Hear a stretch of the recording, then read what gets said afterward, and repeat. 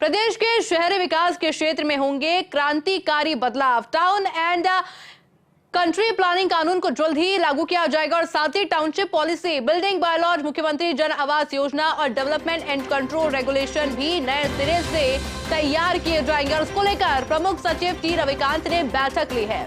नगर नियोजक विभाग, नगरीय विकास विभाग और जेडीए के अधिकारियों की बैठक ली गई है और बैठक में टाउन एंड कंट्री प्लानिंग कानून और अन्य नीति बायलॉज में बदलाव के लिए कमेटियों का गठन भी कर दिया गया है और अधिकारियों को अलग अलग टीमें कमेटियां गठित की गई है और ये कमेटी नए कानून, नीति व बायलॉज को तैयार इसका प्रारूप करने वाली है और प्रारूप पर मार्च में स्टेक होल्डर्स की राय भी ली जाएगी।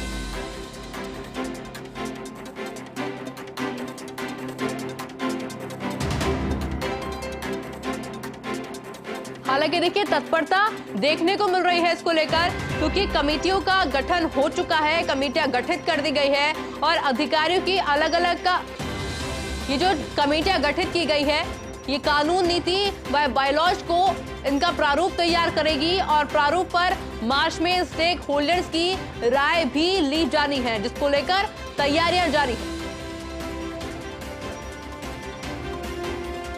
और ऐसे में देखिए इसमें टाउनशिप पॉलिसी, बिल्डिंग बायलॉज, मुख्यमंत्री जन आवास योजना और डेवलपमेंट एंड कंट्रोल रेगुलेशन भी नए सिरे से तैयार किए जाएंगे। इसी खबर पर अधिक जानकारी के लिए मेरे साथ मेरे सहयोगी अभिषेक भी जुड़ चुके हैं।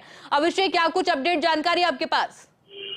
देखिए, जो town and country planning bill है वो देश के अधिकांश जो बड़े राज्य हैं उनमें लागू किया जा चुका है, लेकिन राजस्थान ऐसा राज्य है जिसमें अब तक इसे लागू नहीं किया गया है। पिछली जो भाजपा सरकार थी उस समय इसका ड्राफ्ट तैयार कर लिया गया था, उसको अंतिम रूप भी दे दिया गया था, लेकिन उसे विधानसभा में रखा नहीं जा सका। अब जो है दोबारा जो मौजूदा भाजपा सरकार है, बजरलाल सरकार है, उसमें ये कवायद वापस शुरू की गई है और ये जो इसका ड्राफ्ट है इसको अपडेट करने के लिए बाकायदा अधिकारियों के कमेटी या दल भी बनाया गया है, जो कि महाराष्ट्र, कर्नाटक, तमिलनाडु, गुजरात और मध्य प्रदेश आदि राज्यों में जो ये कानून लागू है उसके प्रावधानों का अध्ययन करेगी और उसके बाद इसको अपडेट करेगी और ये जो है इसको लागू किया जाएगा। इसमें सबसे बड़ी बात यह है कि जो रीजनल प्लानिंग जिसे कहते हैं, उस रीजनल प्लानिंग को लागू करने में ये जो कानून है बहुत अहम भूमिका रहेगी, क्योंकि इस रीजनल प्लानिंग के जो रीजनल प्लानिंग है उस कानून के तहत हो सकेगी, चाहे कोई इलाका शहर का हो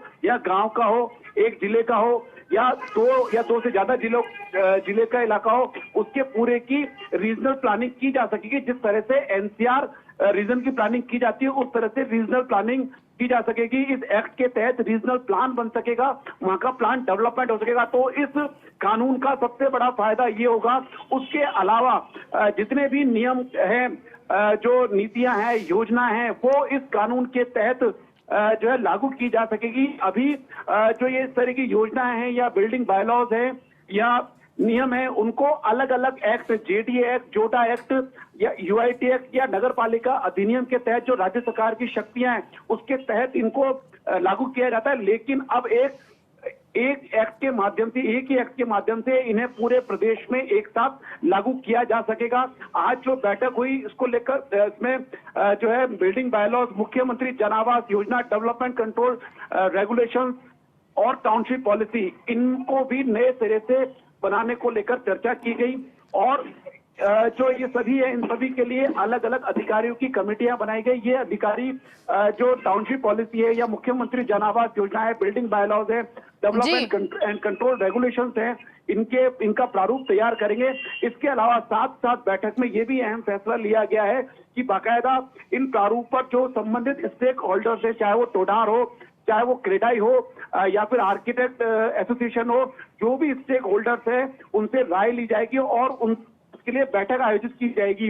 इसके लिए बैठकों की जो तारीख है वो भी निश्चित की जा चुकी है। 12 मार्च से ये जो है बैठकें शुरू होगी, 12 मार्च को होगी, 15 को होगी, 21 मार्च को होगी। इस तरह से अलग अलग तिथियां जो है मार्च के महीने में तय की गई है। स्टेक होल्डर से चर्चा की जाएगी, उनसे इन प्रारूपों पर सुझाव लिए जाएंगे, उसके बाद इनको और अपडेट किया जाएगा और फाइनल रूप देने के बाद इन्हें लागू किया जाएगा। तो सरकार का सबसे बड़ा प्रयास यही है कि जो शहरी है, आम शहरी या को जो ज्यादा से ज्यादा सुविधाएं दी जा सके, नियोजन का लाभ दिया जा सके और गांव हो या शहर हो उसका प्लान तरीके से डेवलपमेंट किया जा सके। उसी लिहाज से आगामी दिनों में जो प्रदेश है उसके शहरी विकास क्षेत्र में कई अहम क्रांतिकारी बदलाव होंगे। जी बिल्कुल अभिषेक, बहुत बहुत शुक्रिया आपका तमाम जानकारी साझा करने के लिए।